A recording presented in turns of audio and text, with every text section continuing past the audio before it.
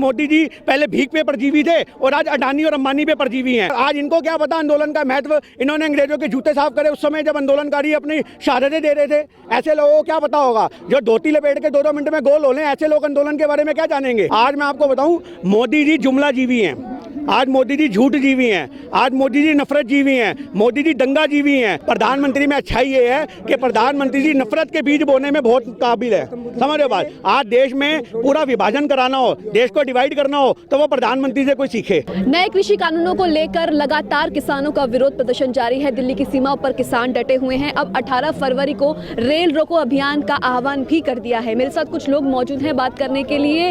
आंदोलन जीवी आप लोगों को नया नाम मिल गया है। सदन में प्रधानमंत्री कह रहे हैं आंदोलन जीवी हर जगह पहुंच जाते हैं। देखिए, हम प्रधानमंत्री जी के इस चीज़ का सम्मान करते हैं। उन्होंने हमें आंदोलन जीवी कहा। कल तक वो हमें खालिस्तानी कहते थे, आज हमारा प्रमोशन हुआ, हमें आंदोलन जीवी कहा गया। और आज आपको पता होना चाहिए कि हिंदुस्तान का तो इतिहास ही आंदोलन से जुड़ा है। तो उसी पे मैं कुछ बातें कहता हूँ कि आंदोलन ही धर्म है, आंदोलन ही कर्म है, आंदोलन ही सच है, आंदोलन ही हक है। आज भारत की नस नस में आंदोलन है, रग रग में आंदोलन है। इनकलाब का नारा है आंदोलन हक हमारा है। आज प्रधानमंत्री जितना मर्जी कह लें, ये आंदोलन जो है वो इतने सदियों से चलता आ रहा है और वो चलता रहेगा। आज बड़ी बड़ी तानाशाही जब हुकूमतें हो जाती हैं तो आंदोलन होने बहुत ज़रूरी होते हैं। और हमें बड़ी खुशी है कि मैं एक आंदोलनकारी हूँ, मैं एक आंदोलन जीवी हूँ, ये भी आंदोलनकारी है, ये भी आंदोलन जीवी है, तुम भी आंदोलनकारी हो, तुम भी आंदोलन जीवी हो, हम सब आंदोलन जीवी हैं, हम सब आंदोलनकारी हैं। पर हम प्रधानमंत्री जी की तरह परजीवी नहीं हैं। जो प्रधानमंत्री जी ने बोला कि परजीवी हैं भारत के किसान, आज मैं आपको बता दूं परजीवी वो होता है जो दूसरों पर निर्भर रहता है। आज प्रधानमंत्री जी से बड़ा कौन परजीवी होगा जो खुद बोलता है कि मैंने 35 साल तक भीख मांग के खाई। जो आदमी जनता के पैसों पे अपनी रोटी खाता आया हो वो हमें कहेगा परजीवी।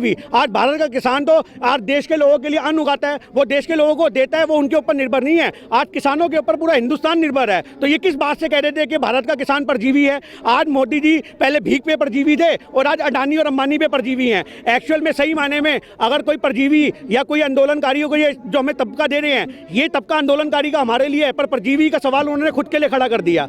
आज मैं आपको बताऊं, मोदी जी जुमला जीवी हैं, आज मोदी जी झूठ जीवी हैं, आज मोदी जी नफरत जीवी हैं, मोदी जी दंगा जीवी हैं, मोदी जी कैमरा जीवी हैं। मोदी जी को इतनी उपाधि हम देते हैं क्योंकि वो इसके लायक हैं। जहां कैमरा मिलता है मोदी जी वहां पहुंच जाते हैं। आप प्रधानमंत्री के बारे में ऐसी बातें कह रहे हैं, देश के प्रधानमंत्री खुद ही अपनी बेइज्जती कराता फिरता हर जगह जाकर के। अभी अगर मान लो 4 लोग खड़े हैं, मेरे को लगेगा मेरे को कैमरा कवर नहीं कर रहा तो मैं कहूँगा भाई साहब थोड़ा साइड होना, मेरे को सामने आना है। ये प्रधानमंत्री है जो बड़े बड़े लोगों को साइड करके अपनी शक्ल चाहता है मैं कैमरे में बना रहा हूँ। प्रचार जीवी हैं वो लोग।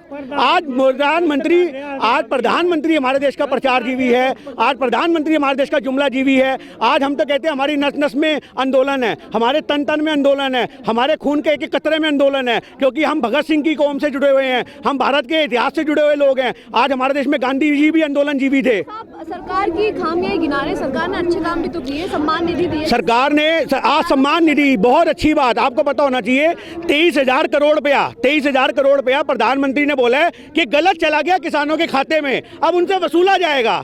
आज जो आदमी ने 2-2 हजार रुपए दिए वो वापसी वसूल रहे। आप इसको कहते हो कि ये सम्मान निधि देंगे? वसूलेंगे ना, आप सरकार के खिलाफ इतना बोल रहे हैं। हाँ, तो बस उनको यही तो लगा, उन्होंने पहले 2-2 हजार रुपए देके सोचा कि किसानों का मुंह बंद कर देंगे, पर किसान ऐसी भीख को ठुकराता है। आज किसान की बाजुओं में इतना दम है कि वो प्रधानमंत्री जैसे आदमी को वोट दे करके उनके इलेक्शन रैलियों का खर्चा उठा सकता है।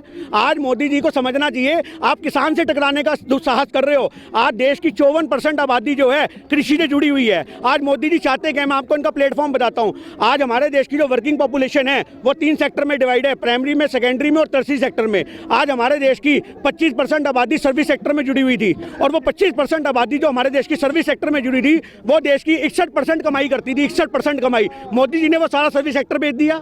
और जो बड़े बड़े उद्योगपति हैं, इंडस्ट्रियलाइजेशन है, वो तो ऑलरेडी आपको पता है इंडस्ट्रियल सेक्टर किसके हाथ में है? बिजनेसमैन के हाथ में है। अब रह जाके बच्चा कहता है एग्रीकल्चर। अगर ये एग्रीकल्चर भी चला गया तो पूरा देश प्राइवेटाइजेशन में चला जाएगा। और मैं आपको बता दूं, भारत का किसान गुलाम बनने वाला नहीं है। ये मोदी जी की गलतफहमी है। इस भ्रम से जितनी जल्दी बाहर आ जाए उतना अच्छा है। गुलाम थोड़ी सशक्त बना रहे हैं, अमीर बना रहे हैं। आज ऐसी अमीरी का क्या फायदा कि 2 टुकड़ों पे अपने हमें घुटनों पे आना पड़े। हम तो भैया बुलंदी से जीने वाले आदमी हैं, बुलंदी से मरने वाले आदमी हैं। आज प्रधानमंत्री को ये सोचना चाहिए, तुम भारत के किसान को 2,000 रुपये में खरीद रहे हो। आज तुम्हारी सोच गलती है कि तुमने सोचा कि 2,000 रुपये में खरीद लेंगे। आज मैंने उस दिन पेट्रोल पंप पे पेट्रोल डलवाया, वो बंदा मोदी भक्ता बड़ा खुश हुआ, बोला अरे कुछ तो करनी पड़ा, फ्री में प्रधानमंत्री ने 2,000 रुपये दे दिए, तो मैं किसान आंदोलन का विरोध क्यों करूँ, मतलब सपोर्ट क्यों करूँ किसान आंदोलन का। मैंने कहा ले 2,000 मैं तेरे को देता हूँ, बोल प्रधानमंत्री मुर्दाबाद, प्रधानमंत्री की हाहाकार बोल, क्यों नहीं बोलता। आज सही महीने में जो नैरेटिव सेट किया गया है वो लोगों के लिए ये सेट कर दिया गया है कि प्रधानमंत्री बड़े दयालु हैं, पर इनसे ज़्यादा करूर कोई नहीं है। आज करता कौन है? ये नेशनल मीडिया करता है, समझ रहे हो बात, जो चैनल चलते हैं, और प्रधानमंत्री जो बचा कुचा अपने आंसुओं से कर देते हैं, जो उन्होंने संसद में किया, आपने देखा होगा रोने का ड्रामा। आज भारत के सारे किसानों को, भारत की पूरी आबादी को, एक मिनट, भारत की पूरी आबादी को खून के आंसू रुलाने वाला आदमी आंसुओं का ढोंग करता है। जब अपनी विफलता इनके हाथ लग जाती है, जब इनको लगता है हमारी विफलताओं का कोई तोड़ नहीं है, तो ये आदमी आंसू बहाता है। राकेश टिकैत भी तो रोए थे, उसके बाद बहुत अच्छी बात है राकेश टिकैत जी, रोना भावुक है, प्रधानमंत्री रो रहे हैं तो आप कहने की सिचुएशन पे डिपेंड करता है जी, सिचुएशन पे। ऐसे तो मान लो मेरी बच्चे जो हैं वो एक वर्ल्ड लेवल पे खिताब जीत के आए तो मैं भी रोने लग जाऊंगा, पर वो आंसुओं का महत्व अलग होगा, वो खुशी के आंसू होंगे। प्रधानमंत्री जी के आंसू जो थे वो इमोशंस के नहीं थे, वो ड्रामे के थे। राकेश टिकैत जी के जो आंसू थे वो किसानों से भावुकता का रिश्ता जोड़ते हैं, वो दिखाते हैं कि मैं देश के किसान के लिए कितना जुड़ा हुआ हूँ जमीन से। तो उनके आंसू और उनके आंसुओं का तो कंपैरिजन ही नहीं है। सूरज और चांद का कंपैरिजन कहाँ हो सकता है, हर एक का अपना महत्व होता है। मोदी जी ये भी तो कह रहे हैं कि ये आंदोलनकारियों का तरीका नहीं, आंदोलन जीवियों का तरीका है। मैंने अभी जवाब दिया, आज हमारे जो धर्म है वो आंदोलन है, हमारा कर्म आंदोलन है, भारत के तन मन धन के अंदर आंदोलन है। आज हम आंदोलन से जुड़े हुए लोग हैं, आंदोलन ही हमारी शान है, आंदोलन एक सच्चे भारतीय की पहचान है। मेरी बात समझ, आंदोलन ही सच है, आंदोलन ही हक है। आप कैसे कह सकते हो कि आंदोलन होना गलत है? आज आंदोलन हुआ है तो हम आज़ाद हुए हैं। अगर आज इनको क्या पता आंदोलन का महत्व, इन्होंने अंग्रेजों के जूते साफ करे उस समय जब आंदोलनकारी अपनी शहादतें दे रहे थे। ऐसे लोगों को क्या पता होगा जो धोती लपेट के 2-2 मिनट में गोल हो लें, ऐसे लोग आंदोलन के बारे में क्या जानेंगे। अच्छा गिन्नी जी 70 साल से भी तो किसान परेशान था, तो कानून की जरूरत तो थी ना इनको। देखिए मैं आपके चीफ, तो क्या प्रॉब्लम? बिल्कुल, अगर मेरी उंगली में चोट लगी है तो उंगली का इलाज करोगे, हाथ काट दोगे? जवाब दो। हम कह रहे हैं कि आज कांग्रेस की भी बहुत कमियां थी, बहुत नीतियों में कमी थी। आप कृषि कानूनों में रिफॉर्म करोगे ना, सुधार करोगे। आप कृषि कानून ऐसे बना दो कि किसान को गुलाम बना दो। आज ये कॉन्ट्रैक्ट फार्मिंग है, आज बहुत लोग बोलते हैं काला कानून है, मैं आपको बताऊं क्यों है ये काला कानून। आज इस कॉन्ट्रैक्ट फार्मिंग में जब वो कॉन्ट्रैक्ट किया जाएगा तो उसमें जो फसल पैदा होगी, अगर वो हवा से भी फसल का रंग बदल गया, आज बारिश की वजह से फसल का रंग बदल गया, तो वो कॉन्ट्रैक्टर पीछे हट जाएगा, उसको मेहनताना नहीं देगा। किसान से उसने पहले कॉन्ट्रैक्ट कर लिया कि मैं तेरी फसल 20 रुपये किलो में खरीदूंगा, बाद में क्वालिटी देख के बोलेगा ये तो 15 रुपये किलो की भी नहीं है, मैं तुझे 12 रुपये देता हूं। इसी बात के लिए सरकार के हम लोग कह रहे हैं एमएसपी दो। आज वो तो इसका हवाला देकर के साइड हो जाएंगे ना। और दूसरी बात आपको और बता दूं, कॉन्ट्रैक्ट फार्मिंग में ये भी एक प्रावधान है कि ये किसानों की खेती में वेयर हाउस बना सकते हैं, गोदाम बना सकते हैं। और अब मान लो किसानों की खेती में ये वेयर हाउस बनाएंगे, गोदाम बनाएंगे, और बाद में उस गोदाम के लिए बैंक से लोन ले लिया, और बाद में वो कंपनी वाले लोन नहीं भरेंगे, किसान की जमीन तो बैंक वाले मिनट में हड़प लेंगे, किसान तो नंगा। मेरी बात समझ रहे हो? एक्चुअल में क्या है, मोदी जी ने पूरे देश को कर्जे में डुबो दिया है। आपको पता होगा हमारे देश में आज़ादी के वक्त से लेकर अब तक 54,000 करोड़ का, 54 लाख करोड़ का कर्जा था भारत के ऊपर।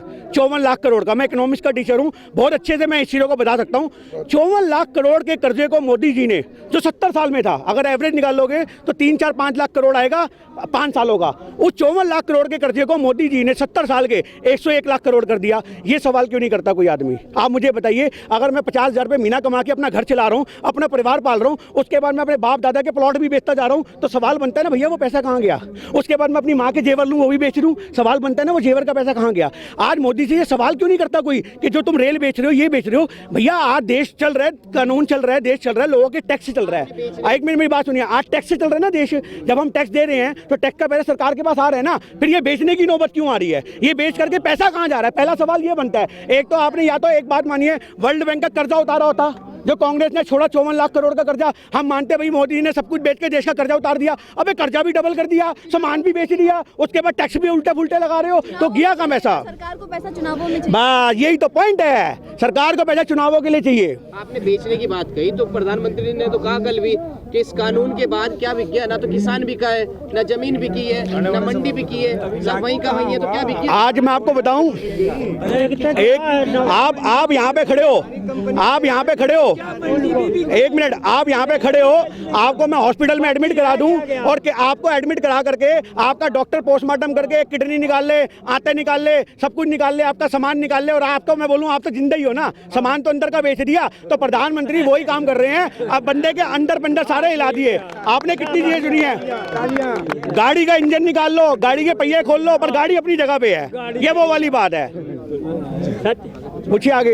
लेकिन प्रधानमंत्री ऐसा थोड़ी करेंगे आप लोगों के साथ, देश हित में राजहित में काम कर रही है, देशभक्त पार्टी है ये। आज आगे के बात बताऊं, आज से पहले देश में हिंदू मुस्लिम होता था, समझ रहे हो बात। प्रधानमंत्री जी के वाक्य के बाद देश में हिंदू सिख होने की संभावनाएं बढ़ जाती हैं। जब ये ऐसी बातें बोलते हैं कि हमारे देश के किसान जो हैं खालिस्तानी हैं, जब ये नैरेटिव सेट करते हैं, देखो ना कितना दोगला आदमी है, अपने बंदों को आगे भेज के कहता है पहले बोलो खालिस्तानी, और बाद में बोलता है पंजाब के लोगों का बड़ा योगदान है, मैंने पंजाब के घरों में रोटी खाई है, मैंने ये किया है। ऐसा दोगला आदमी कहीं मिलेगा आपको? जिस आदमी ने दोगलेपन की सारी हदें पार कर दी हो, वो आदमी आज किसानों का हम दर्द बन के दिखा रहा है। आज ये जो आपको सही बताऊं, ये अडानी जीवी है, ये अंबानी जीवी है, ये अडानी के सामने नतमस्तक होते हैं, समझ रहे हो बात। तो दोस्त है ना उनके। दोस्त काहे को है? अच्छा वो दोस्तों का अंबानी की बीवी भी दोस्त हो जाएगी, एक हाथ नीचे से पकड़ते हैं, एक हाथ ऊपर से पकड़ते हैं। ये कौन सा तरीका है प्रधानमंत्री का? जहां महिला शक्ति दिखी वहां हाथ नीचे से पकड़ लो, हाथ ऊपर से पकड़ लो, ये क्या तरीका हुआ भैया? हाथ दूरी बना के बात करो ना, महिलाओं का सम्मान दो समाज में। वो मिलने का तरीका है, ये ऐसा मिलने का तरीका प्रधानमंत्री हमारे घरों में मत देखे कभी भी। अगर ऐसे मिलने का तरीका हो तो हम बहन बेटियों वाले हैं, हम नहीं चाहते प्रधानमंत्री ऐसे हमें देखे। प्रधानमंत्री में कमियां आपको दिखती है, अच्छा है। प्रधानमंत्री में एक अच्छाई है, प्रधानमंत्री में एक अच्छाई है, मैं आपको बता दूं।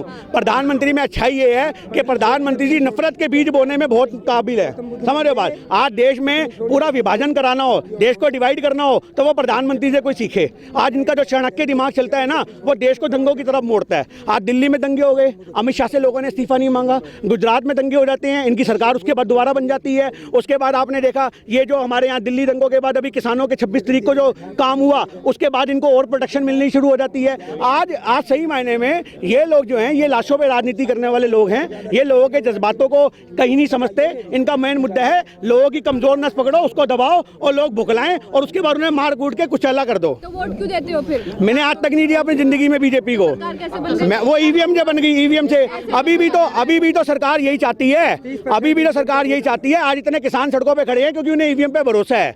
मेरी बात समझ रहे हो? अरे इनको अपने लोग कहते हैं इनकी नीतियों का विरोध क्यों कर रहे हो? इन्हें खुद पे भरोसा नहीं है। इनका जो वो आया अभी इंजेक्शन कोरोना का, और जबरदस्ती बहन जी कौन में सुनाएगी? आप अपने देश के इंजेक्शन पे भरोसा रखो, अपनी बारी आए तो लगवाओ। मतलब क्या है? आज आपको अपने देश के इंजेक्शन पे भरोसा नहीं है, जबरदस्ती फोन कर करके हमें तुम विश्वास दिला रहे हो कि इंजेक्शन लगवाओ। हम क्यों लगवाएं? स्वदेशी का प्रचार है ना वो। हाँ जी, स्वदेशी का प्रचार है। स्वदेशी गाएगा स्वदेशी, पूरा देश विदेशियों के हाथ बेच दिया, नंगा कर दिया पूरे देश को। क्या स्वदेशी बचा? आज वो स्वदेशी करके अपना जो रामदेव बाबा है, समझ रहे बात, अपना वो शहर पास नहीं कर सका। उसके शहर का टेस्ट हुआ तो उसके अंदर इतनी सारी कमियां निकल के आई हैं। आज वो क्या करता है? विलायत से सामान खरीदता है, अपने लेबल लगाता है और बेच देता है, और लोग हमारे देश में बेवकूफ बन जाते हैं। कल जो प्रधानमंत्री जी ने संबोधित किया दोबारा से, और अब तक वो कई बार करते आ रहे हैं, अब तो कोई दिख नहीं रहा कि अब वो बातचीत करेंगे या कुछ और करेंगे। देखिए वो बिल वापसी भी नहीं लेंगे, मैं आपको साफ बताऊं। वो बहुत अड़ियल आदमी है, मैं आपको बता दूं। वो उन्हें हार मंजूर है, मेरे घुटने मंजूर नहीं है। वो सरकार गिरा देंगे अपनी, क्योंकि वो अडानी अंबानी को ये जवाब दे सके, देख भैया मैं तेरे अगेंस्ट नहीं गया, मेरी सरकार गिर गई, मैं क्या कर सकता हूँ। ये सरकार गिरा देंगे अपनी, ये बिल वापसी नहीं लेंगे। ये इतने ढीठ हैं, और इनकी सरकार गिरने का प्रावधान बहुत जल्दी शुरू हो जाएगा। आपने देखा होगा अभी महाराष्ट्र के अंदर जो उद्धव ठाकरे हैं, उन्होंने ये बात बोल दी है कि हमारे यहाँ पे बैलेट पेपर से चुनाव होंगे। आपको पता होगा महाराष्ट्र के अंदर बैलेट पेपर से चुनाव हो रहे हैं। वो आज मैं कहता हूँ हर राज्य को अपने संविधान का 328 एक्ट है वो, जिसके अनुसार हर राज्य के पास अधिकार है कि वो बैलेट पेपर से चुनाव करा सकता है। तो संविधान के इस एक्ट का सारे राज्यों को यूज करना चाहिए, और इनकी औकात याद दिलानी चाहिए कि तुम्हारी औकात क्या है। तो 2024 में क्या करेंगे? औकात याद दिलाएंगे सरकार को? मैं तो कह रहा हूँ 24 से पहले सरकार घेर दो भैया। आज ये आंदोलन जन आंदोलन बन चुका है। जब गली गली में इनके मुख्यालय घेरे जाएंगे, जब जबी दिल्ली में इनके एमपी और सांसदों के जब दरवाजों के आगे पब्लिक खड़ी हो जाएगी, इनके मुख्यालयों के बाद लोग लेट जाएंगे, तो कहां तक निकलेंगे ये? आपने ये तो खट्टर सरकार का देख लिया, झंडा फहरा के डर लग रहा था उन्हें 26 जनवरी में। आप बार-बार सरकार गिराने की बात कर रहे हैं, तभी तो सरकार बार-बार कह रही है कि आपके आंदोलन के पीछे विपक्षी पार्टियों का हाथ है। आज एक बात बताइए, ये भारत के लोग हैं, ये क्या कांग्रेस के हैं? ये बताइए, ये समाजवादी पार्टी से है? कौन है ये? कौन है ये? भारत के नागरिक है ना। ये असली आंदोलन जीवी हैं, और हमें गर्व है कि हम आंदोलन जीवी हैं। गर्व से कहो आंदोलन जीवी। मैं नहीं सुने, जोर दी बोलो आंदोलन जीवी। ये इनकलाब की आवाज है, ये मोदी सरकार की हुकूमत गिराएगी।